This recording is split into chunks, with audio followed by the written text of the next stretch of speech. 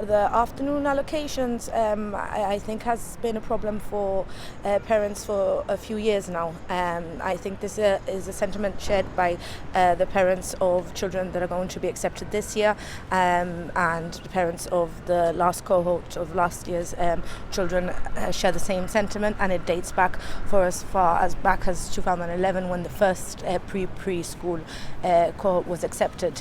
And obviously it doesn't give consideration to the age of these young children, which are 2 years old. Obviously, I think everyone in the general population can agree that this is usually lunch and nap time for these children, and it is especially true of these children who have additional complex needs.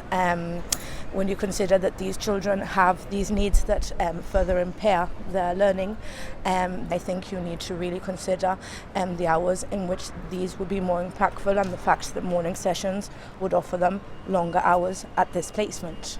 Okay, so you're also calling on St Martin's school hours to be the same as the other government nurseries. Why is that important? It is very important, as some parents, or most of the parents, work like all other parents.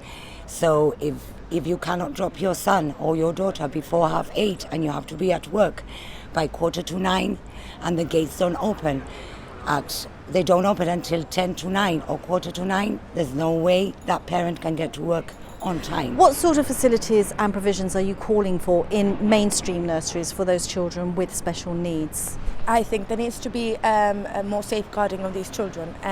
They have conditions that require more support, a closer ratio of aides to children for their complex needs, and right now this provision is not being afforded in mainstream nurseries, along with other special needs provision, which is non-existent except for early birds.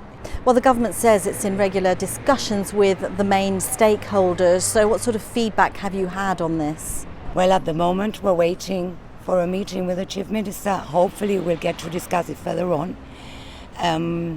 We really think it should be addressed before the school term starts, because obviously it's issues that need to be tackled ASAP.